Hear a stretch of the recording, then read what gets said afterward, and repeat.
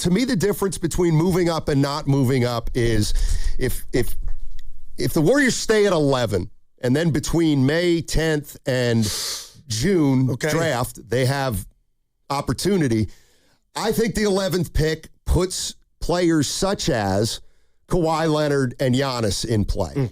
The 11, I think, does that. See, I really do. I'm in on that. If that was the ticket price to get a Giannis or a Kawhi. I think if they move up into the top 4, then the Warriors are in the market for any available star that any other team has that they might be looking to move. Man. Young, more important than old. I think if you have the 11th pick, you're looking at, all right, let's get one of these old guys in here, for lack of a better term. If you get the number 1 or 2 pick in the draft, then I think everything's on the table. Oh, my gosh. Any player you hear that might, hey, Jalen Brown, may not be in Boston. Well, guess what? You have the number 2 pick in the draft. Like, it gets you at the table. The number 2 pick in the draft absolutely, positively gets the Warriors a seat at the table of any potential deal this offseason. Wow. Or in the next month. Now, I consider you, we all do, a basketball savant. Is there any lottery that comes to mind to you that produced the richest players or the best type players? Because to me, I think of 1996 with Kobe, Garnett, all those dudes. Well, Garnett was in the Ray Allen, year. I'm sorry. Yeah, Ray Allen. Who was it? Iverson, Nash. Who am I missing? Was it Peja? But anyway, the 96 draft, those were some dudes. Those are a lot of dudes. And I know Jordan came out, was he in the same draft as Barkley, right? Stockton?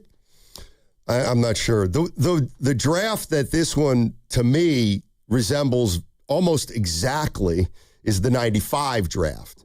Now, we're going to look back at the 95 draft and say, oh boy, all those guys, they were all good, but how many of them were great? And that year there were 4 guys considered the top 4 picks in some order, and they went. And then there was a 5th guy who was very intriguing. All right, I'm talking about Joe Smith. I'm talking about Stackhouse. I'm talking about Rasheed Wallace, and I'm talking about Antonio McDyess. And then Garnett went 5th. Joe Smith may have ended up the worst of those 4 players. None of them, are any of them going to the Hall of Fame? Rasheed Wallace, Hall of Fame? I want to say McDyess, Hall of Fame? I'd probably say no. But they were great. They were really good players. So in a best case scenario, the 4 players who come out this year will be better than those 4. That would be pretty darn good. Yeah. That's all I'm saying. And somebody take the 03 draft where LeBron, Wade, Carmelo, Chris Bosh. I mean, that's a big one. Yeah, absolutely. So today's going to be a fun day. We got Marcy Weiser coming in at 10:30. We'll talk to her about, what are we talking to her about today? Mother's Day. Okay, then after that. Why are you raising your voice? I am. And you, because I'm mad at you. Something happened yesterday. I'll tell you later. Oh, boy. This is on camera. Put it on the list and mail it to me, okay? Just do that. I just, I haven't put a stamp on an envelope in forever. Let's get a plan with Marcy. That bothers you. Yeah. Hey, Evan, that just bothered him that I said, hey, Goo, let's get a plan with Marcy. No, because women, when there's women around, I'm a natural. So I don't hey, write down your question. I bet you going on a date with something to see. I believe. What's a date? Like back in the day, high school, you would write down. What is a date? Go to the movies, go get something to eat. I don't even know what that is. I used to take Norm's truck, Evan, go pick up my date. No, not my girlfriend. Go kick it. One-on-one. Oh, man. Now you got. Anyway, I'm going to try to script some things. See, and that's when you go wrong. Just be yourself, bud. What do you talk to her about every day? That's none of your concern. But you don't script it, do you? Well, I'm sure you're driving in or on BART. What am I going to talk to her about when you 2 hook up? Yeah, I don't want to give you any details on that. Well, it seems like you're nervous. You're like, what do you know? She's not the president. It's a shtick, bro. Do you know the president's disapproval rating is 62%? I just happened to find. Hey, I gotta believe mine's even lower. What would or you higher. Say? 71. Nah, we got people tuning in. Dude, So I know it's Mother's Day, but it's the lottery really to me. That's great. Do you know this what is time where you got to get noon. No, but the actual, because we don't see the actual. I don't know. I just Googled it and it said 3 o'clock Eastern time. Right. So I did some math. About 12:15. Well, if it were 3 o'clock on the East Coast, is noon here. Okay? Not 12:15.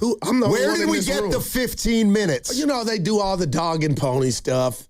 And we don't actually see the lottery. They tell us what happened behind closed doors. And that's where I'm hoping Joe Lacob and his juice takes over. Well, he's not going to be in the room. I got you. That'll be Raymond Ritter. Man. He's in the back room. You think Larry Harris is in New York today, or will he get there tomorrow? If it were you. Well, that's a good question, Goo. And knowing Larry like I do, of course, he lives in Texas. Didn't know that. So, Larry's not a huge limelight guy. One of the reasons he lives in Texas, actually, I'm pretty sure he got married in the last 3 or 4 years.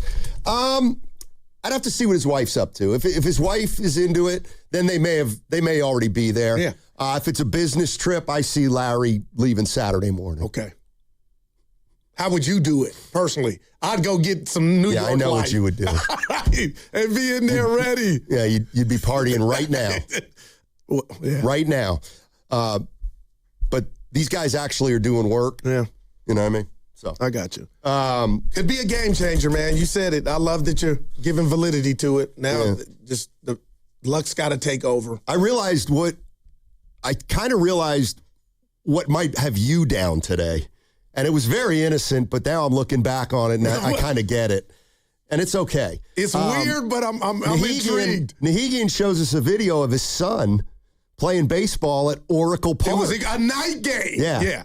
So I guess they had a game at Oracle Park. He pitched.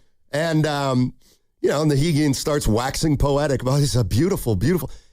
Evan comes in with one, and he's like, I'm probably the only guy here that ever pitched in Major League Stadium. He did say he flexed. So Evan pitched at the Oakland Coliseum. Never pitched, played shortstop. Okay. He played at the Oakland Coliseum. And, of course, a lot of this stuff, as you guys know, is kind of second nature to me. I've put your hand down. Got a break. I played at the Philadelphia Spectrum. I never heard that. Yeah, I was happy for you. No, you weren't, because you realized you were the only one that hadn't gotten that kind of experience. For Logan. No, Steiny, I played it. It's a. Do your homework. See, I can tell. Look how annoyed you're getting. I know. You're raising your voice. I got suspended. I got kicked off the team. They wouldn't play at the Coliseum.